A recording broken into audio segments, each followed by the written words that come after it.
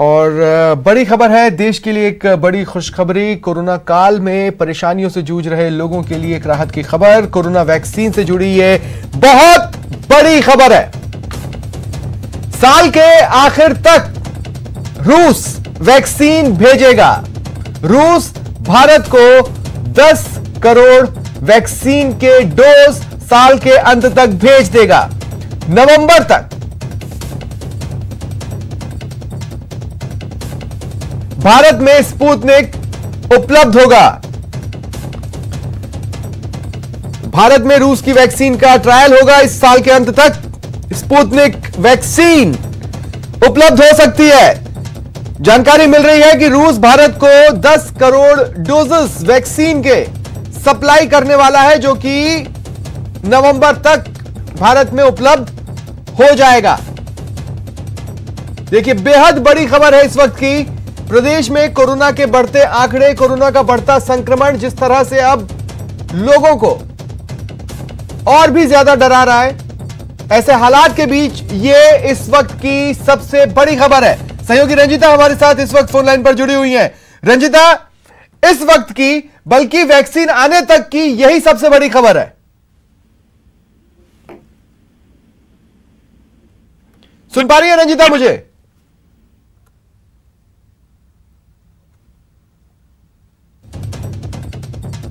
लगता है मेरा संपर्क उनसे नहीं हो पा रहा है। बहरहाल इस वक्त की ये सबसे बड़ी खबर हम आप तक पहुंचा रहे हैं।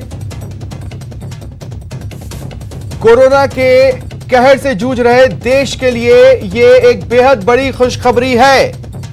और देखिए, हमारे यहां भी क्लिनिकल ट्रायल चल रहे हैं, भारत में भी क्लिनिकल ट्रायल चल रहे हैं। वैक्सीन की बातें आ रही हैं, वैक्सीन को लेकर तमाम तरह की खबरें भी दुनिया भर से मिलती रहती हैं। इस बीच कुछ दिनों पहले खबर आई थी कि रूस में वैक्सीन डेवलप हो चुकी है और उसका ट्रायल भी कंप्लीट हो चुका है। इसके बाद ये संभावनाएं थी, क्योंकि रूस से हमारे रिश्ते काफी अच्छे हैं, रूस हमें वैक्सीन दे सकता है। अब जानकारी मिल रही है कि रूस 10 करोड़ वैक्सीन के डोजेस भेजने वाला है। नवंबर तक भारत में स्पुतनिक वैक्सीन अवेलेबल होगी, उपलब्ध होगी। और चलिए बढ़ते आगे। प्रदेश की आज की सबसे बड़ी खबर, कोटा में चंबल नदी में नाव पलट गई। बेहद दर्दनाक ये हादसा रहा है। 11 लोगों के शव बाहर निकाले गए। मृतकों में 2 बच्चे हैं, 4 महिलाएं हैं, 5 पुरुष हैं। 11 शव जो निकाले गए, करीब 3 से 4 लोग अभी भी लापता बताए जा रहे हैं। दरअसल प्रशासन ने वहां नामों के आधार पर लिस्ट तैयार करने की कोशिश की थी। 3 लोगों की जानकारी नहीं मिल रही थी, लेकिन अब जानकारी मिल रही है कि नहीं, ये 4 भी हो सकते हैं। यानी 4 लोग अभी लापता है, जिन्हें खोजा जा रहा है। रेस्क्यू ऑपरेशन जारी है। एसडीआरएफ का रेस्क्यू ऑपरेशन लगातार चल रहा है। मृतक के जो परिवार वाले हैं उनके लिए इस बीच मुआवजे का ऐलान हुआ है। सीएम रिलीफ फंड से 1-1 लाख के मुआवजे का ऐलान हो चुका है। मौके पर हमारे सहयोगी भी मौजूद हैं। वो भी जब वहां लोगों से बातचीत कर रहे थे तो जो लोग मारे गए थे उनके परिवार वालों के लिए मुआवजे की मांग उठी थी। अब जानकारी मिल रही है कि मुआवजे का ऐलान हो चुका है। और हादसे से जुड़ी ये 3 तस्वीरें आप अपने टीवी स्क्रीन पर देख पा रहे हैं। खतौली इलाके में सुबह सुबह गोठड़ा कला गांव के पास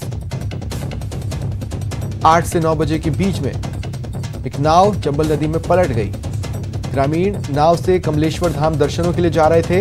इसी दौरान अचानक नाव पलटी और सभी नदी के पानी में बह गए।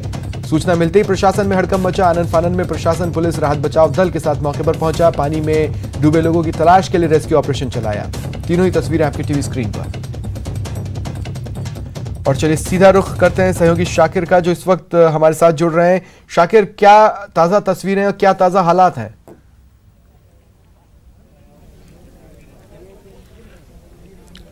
जी देखिए, रेस्क्यू ऑपरेशन जारी है और 11 शवों को जो है निकाला जा चुका है। एसडीआरएफ की टीमें जो है वो लगातार जो है नदी किनारे पे देख सकते हैं आप। तमाम जो टीमें हैं वो नदी में दाखिल हैं।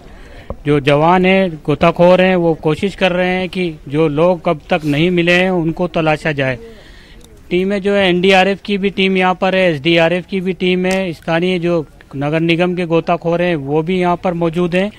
इसके साथ साथ सिविल डिफेंस के लोग भी मौजूद हैं। ग्रामीण भी जो है बड़ी संख्या में यहाँ पर जमा हुए हैं, क्योंकि ग्रामीण जो है शुरुआती दौर में ग्रामीणों ने जो है काफ़ी मदद की थी। कई सारे लोगों को जो है सुरक्षित बाहर निकाला था। क्योंकि अब बहुत ज्यादा देर हो गई है, काफी देर से रेस्क्यू ऑपरेशन चल रहा है, लेकिन जो लोग जो लापता हैं, अब तक जो डेड बॉडीज कवर की गई हैं उसमें से जो है 4 महिलाएं हैं, 2 बच्चे हैं और 5 पुरुष हैं। अभी भी जो है अभी संभागीय आयुक्त से जब हमने कुछ देर पहले बात की थी तो उन्होंने कहा था कि 4 और से 5 और जो है लोग हो सकते हैं, जिस तरह से पूछताछ की गई है, जो सुरक्षित बाहर निकले हैं लोग उनके बाद में। तो रेस्क्यू ऑपरेशन लगातार किया जा रहा है और कोशिश की जा रही है कि जल्द से जल्द जो है रेस्क्यू किया जा सके। सामने वाला जो इलाका है वो बूंदी जिले 20 से 22 लोग जो कि बाहर आ चुके हैं, या तो खुद से तैरकर बाहर आए या किसी तरह से थोड़ी बहुत मदद लेकर बाहर आए।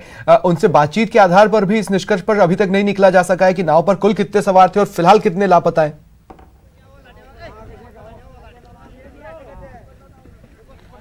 जी देखिए, एग्जैक्ट फिगर जो है शुरू से ही जिला प्रशासन की ओर से 14 का बताया जा रहा है कि 14 लोग थे, लेकिन जिस तरह से पूछताछ की गई है, क्योंकि कुछ लोग जो है तुरंत जो है अपने जब निकले और नाव से जब कूद के वो बाहर आ गए, डूबते हुए थे, जब बाहर निकल आए तो उसके बाद सीधे वो अपने घरों पर चले गए, गाँव पर चले गए।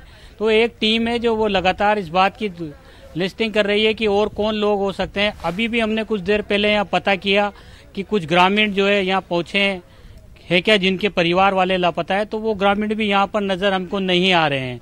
तो लेकिन जिस तरह से बताया गया है शुरुआती तौर पर कि 14 लोग थे, उसमें से 11 का जो है रिकवर कर लिया गया है, 11 के शवों को, तो 3 जो है उस पर जो है पूरी तरह से फोकस किया जा रहा है। स्कूबा ये जो जगह है यहाँ पर गहराई बहुत ज्यादा है, इसके अलावा यहाँ पर नीचे चट्टाने भी बताई गई है। तो स्कूबा ड्राइवर की मदद से भी जो है कोशिश की जा रही है। कई बार जो है गोताखोर पानी के अंदर जा चुके हैं, पूरा तलाश करके ऊपर आते हैं, लेकिन निराश होकर आते हैं। और अब क्योंकि दिन जैसे जैसे ढलता जा रहा है तो कोशिश की है कि ये रेस्क्यू ऑपरेशन रात में कैसे चलाया जाएगा, उसके इंतजाम यहाँ पर जिला प्रशासन की ओर से किए जा रहे हैं। टीमें जो है और बुलवाई जा रही है। बूंदी जिले के जो सामने का जो इलाका है वहां पर भी जो है बोट्स नजर आ रही है, यानी उस इलाके में भी जो है रेस्क्यू ऑपरेशन किया जा रहा है। उधर भी जो एसडीआरएफ की टीम है वो मौजूद है। कोटा में कोटा के साथ साथ कोटा, बारा और बूंदी जिले की टीमें जो है वो यहाँ पर तैनात है। ये बोट्स जो है 3 बोट्स यहाँ पर नजर आ रही है, इसके अलावा चौथी बोट्स उस छोर पर नजर आ रही है, वो बूंदी जिला है। इसके साथ साथ स्कूबा ड्राइवर और ग्रामीण जो है खुद वो है लगातार वो भी अपनी पूरी तरफ से कोशिश कर रहे हैं, लेकिन प्रशासनिक अधिकारियों ने अब ग्रामीणों को पानी से बाहर निकाल दिया है। अब टीमें जो है एसडीआरएफ की टीमें और एनडीआरएफ की टीमें हैं वो ही रेस्क्यू ऑपरेशन कर रही हैं और लगातार कोशिश की जा रही है कि जो बचे हुए लोग हैं उनको जल्द से जल्द तलाशा जा सके। इसके साथ साथ संभागीय आयुक्त ने यह भी कहा है कि जो लापरवाही हुई है उसमें सख्त कार्रवाई भी होगी, क्योंकि जिस तरह की लापरवाही सामने आई है उसकी वजह से बड़ा हादसा हुआ है। तो जो जिम्मेदार अधिकारी होंगे उनके खिलाफ भी कार्रवाई होगी, नावों का जो संचालन कर रहे हैं उनके खिलाफ भी कार्रवाई होगी। जनप्रतिनिधि भी यहाँ लगातार पहुंच रहे हैं, जनप्रतिनिधियों की ओर से भी मांग उठाई जा रही है। अभी कुछ देर पहले भाजपा विधायक चंद्रकांता मेघवाल यहाँ पहुंची थी, उन्होंने 10 लाख रुपए मुआवजे की मांग की है कि 1 लाख रुपए जो सीएम अशोक गहलोत ने घोषणा की है वो बहुत कम है, 5 लाख कम से कम 10 लाख रुपए पीड़ित परिवार को जो है मुआवजा देना चाहिए। तो ये इस तरह से अब लगातार यहाँ पर जो है पहुंचने का सिलसिला जारी है। जनप्रतिनिधियों का भी प्रशासनिक अमला भी यहाँ पर जो है सुबह से ही डटा हुआ है। कोशिश ये की जा रही है कि अब जल्द से जल्द जो है रेस्क्यू ऑपरेशन जो है उसको पूरा किया जा सके, जो बचे हुए लोग हैं, जो लापता लोग हैं उनको इसमें तलाशा जा सके। लेकिन बेहद दुखद घटना है अपना आप में, लेकिन जो लापरवाहियां हो रही थी उनको अगर रोक लिया जाता तो ये हादसा टाला जा सकता था, टल सकता था ये हादसा। लगातार जो कोटा के जो जनप्रतिनिधि हैं, स्थानीय जनप्रतिनिधि हैं, लोकसभा स्पीकर ओम बिरला भी जो है वो लगातार जो है अपने स्थानीय अधिकारियों से बातचीत कर रहे हैं। यूडीएच मंत्री शांति धारीवाल भी लगातार घटनाक्रम की जानकारी मिलने के बाद से अधिकारियों को निर्देश दे रहे हैं और ग्रामीणों का भी जमावड़ा यहाँ पर जो है वो बहुत ज्यादा हो रहा है। देख सकते हैं आप तस्वीरों में, ग्रामीण बड़ी तादाद में यहाँ पर मौजूद है। सुबह से ही यहाँ पर जो है भीड़ जो है ग्रामीणों की बहुत ज्यादा यहाँ पर देखी जा रही है। हालांकि अब जो है उनको रेस्क्यू ऑपरेशन से दूर कर दिया गया है ग्रामीणों को कि वो जो है नदी में ना उतरें। ग्रामीणों का ये भी कहना है कि ग्रामीणों को अगर मौका दिया जाएगा तलाश करने के लिए तो वो जल्दी तलाश कर सकते हैं, क्योंकि वो लगातार इस नदी से वाकिफ है और यहाँ उनका अक्सर आना जाना रहता है। लेकिन जिला प्रशासन ने अब जो है उन सबको दूर कर दिया है और अब जो है सिर्फ एसडीआरएफ की टीमें, एनडीआरएफ की टीम, सिविल डिफेंस और नगर निगम के गोताखोर जो हैं वो ही जो है यहाँ पर तलाश कर रहे हैं। एक और तस्वीर दिखाना चाहेंगे कि नाव जब पलटी तो वो ओवरलोडेड थी, तो बिल्कुल वो ओवरलोडेड थी। ये इतनी सारी जो बाइक्स खड़ी हुई हैं, ये सब बाइक्स जो है इस नाव में सवार थी, तो ये इतना वेट जो है वो आप देख सकते हैं। इसके अलावा 40 से 50 जो सवारियां थी वो भी नाव में मौजूद थी। तो कहीं ना कहीं जो लापरवाही थी, गंभीर लापरवाही थी, वो ही घटना की बड़ी वजह बनी है। और यही वो नाव है जो चंबल नदी में समा गई थी और जिसकी वजह से डूबने से जो है इतने लोगों की मौत हो गई है। रात की बात इसमें ये जरूर रही कि तत्काल जो कुछ लोग थे वो बाहर निकल आए, वरना मृतकों की संख्या जो है वो और ज्यादा होती। लेकिन ये दुखद घटना जो है बड़ा सबक देती है कोटा के चंबल तट के निवासियों को, जो ग्रामीण अपनी जान जोखिम में डालकर हर रोज ये खतरनाक सफर तय करते हैं, उनको, प्रशासन को और साथ साथ में सरकार के लिए भी ये निर्णय लेने का वक्त है कि इस तरह की अगर घटनाएं हो रही है, सुरक्षा के मापदंडों को ताक पर रख करके रोज लोग जान अपनी जोखिम में डाल रहे हैं, तो कहीं ना कहीं कड़े नियम बनाए जाए और सख्ती से कार्रवाइयां की जाए ताकि इस तरह की घटनाक्रम पर अंकुश लग सके, घरों के चिराग जो है बुझने से बच सके।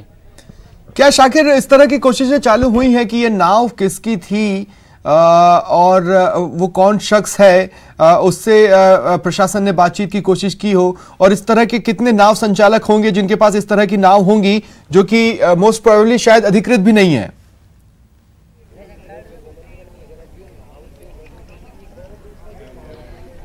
जी बिल्कुल स्वप्निल, क्योंकि ये नाव जो है ये कई दिनों से यहाँ पर चल रही है। ऐसा पहली बार नहीं है कि ये आज ही इस नाव को निकाला गया हो। वो तो आज जो है चतुर्दशी का दिन था, इसलिए उस नाव में ज्यादा सवारियां थी, वरना हर रोज यहाँ से ग्रामीण पहुंचते हैं और नाव में पार करते हैं। हमारे जो स्थानीय साथी हैं उमेश, उनसे मैं बात करने की कोशिश करता हूँ, वो बताएंगे यहाँ पर कितनी नावें जो है हर रोज चल रही है। उमेश जी, कितनी नावें यहाँ पर चलती है रोज बिना गैरकानूनी तरीके से? इटावा क्षेत्र में चंबल नदी का काफ़ी सारा इलाका है, जहाँ पर ढीपरी, चंबल, गोठड़ा, रोडगंज वगैरह में, यहाँ से सामने जो बूंदी जिले में कमलेश्वर महादेव है, इंद्रगढ़ माता जी के दर्शनों के लिए हर महीने 14 अमावस्या को लगभग हजारों लोग दर्शनों के लिए जाते हैं। ये इसके लिए क्या है कि जर्जर नावों का सफर करते हैं, जान जोखिम में डालते हैं। स्थानीय प्रशासन भी कहीं न कहीं लापरवाही। कितनी नावें यहाँ से कंटिन्यू चलती हैं हर रोज? ढीपरी चंबल में लगभग 1 दर्जन नाव है, गोठड़ा में 3 से 4 नाव है, इलाके में लगभग 1.5 दर्जन से ज्यादा जर्जर नावें चलाई जा रही हैं जिनसे जान जोखिम में है। तो 1.5 दर्जन के करीब नावें जो है वो चलाई जा रही हैं। और स्थानीय विधायक जो है पीपलदा से विधायक है राम नारायण मीणा, वो भी जो है अब यहाँ पर पहुंच चुके हैं। लगातार जो जनप्रतिनिधि हैं वो भी जो है पहुंच रहे हैं अपने अपने यहाँ पर, जो जैसे ही उनको सूचना मिल रही है उसके बाद। तो और आप भीड़ देख सकते हैं। जैसे ही विधायक साहब आपके नजदीक आते हैं, आप शाकिर इन्फॉर्म कीजिएगा, हम आपसे अपडेट्स लेते रहेंगे। फिलहाल आपका धन्यवाद इन तस्वीरों के लिए। रुकते हैं ब्रेक के लिए, ब्रेक के बाद बात शहर शहर चोरों के आतंक की।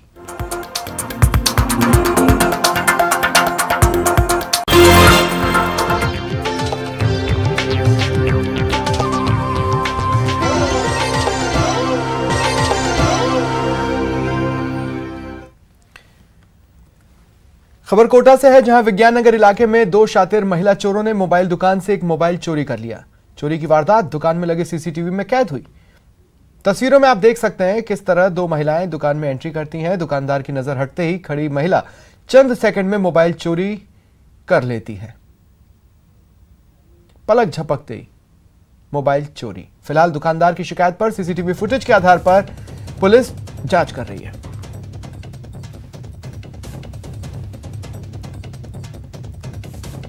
इधर अजमेर में बीती रात चोरों ने रूपनगढ़ कस्बे के 3 मंदिरों के ताले तोड़े। पुलिस को देख चोर फरार हो गए। हालांकि ये पूरी वारदात सीसीटीवी कैमरे में कैद हुई है। इन फुटेजेस के आधार पर पुलिस चोरों की तलाश कर रही है।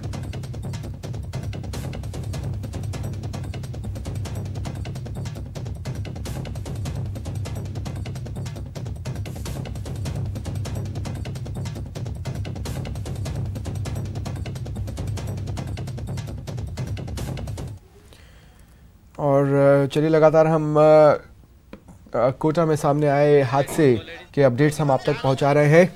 आज नदी में वहां नाव पलट गई 3 से 5 लोग ऐसे माने जा रहे हैं जो अब भी लापता हैं और जिनको तलाशा जा रहा है, जिनको खोजा जा रहा है। रेस्क्यू ऑपरेशन लगातार वहां पर जारी है। मौके पर से जो तस्वीरें आ रही हैं, कुछ ही दूरी पर बूंदी जिला भी शुरू होता है, तो बूंदी जिले के साइड भी सर्च ऑपरेशन चल रहा है और सहयोगी शाकिर मेरे साथ हैं। शाकिर, कुछ देर पहले आप कह रहे थे कि स्थानीय विधायक भी वहां पर पहुंचे, क्या कुछ उनका कहना है, क्या आपके साथ है?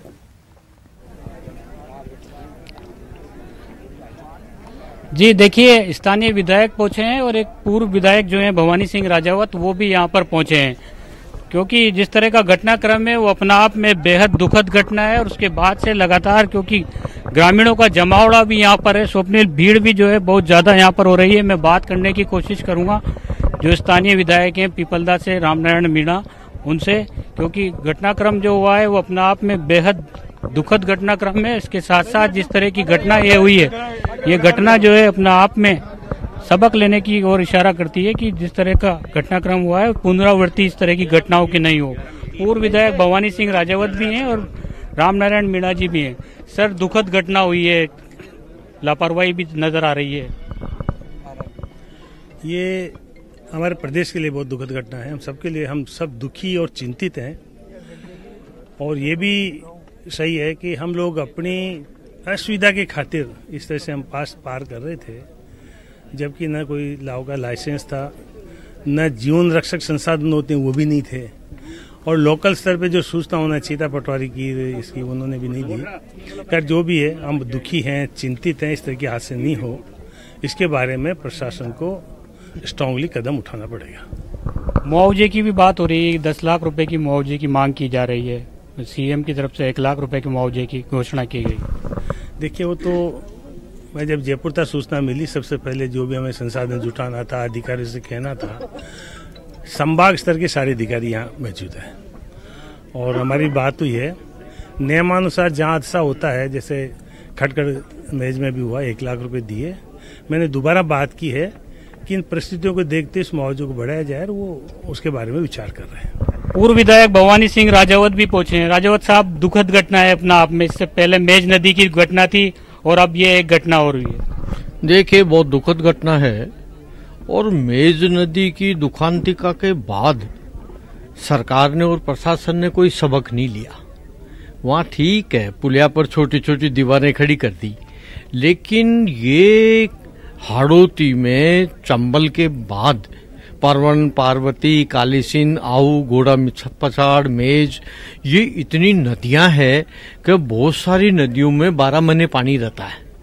और इन नदियों पे कांग्रेस ने 50 साल में केवल चंबल पुलिया बनाई कोटा में, और उसके बाद हमने 5 पुलिया बना दी।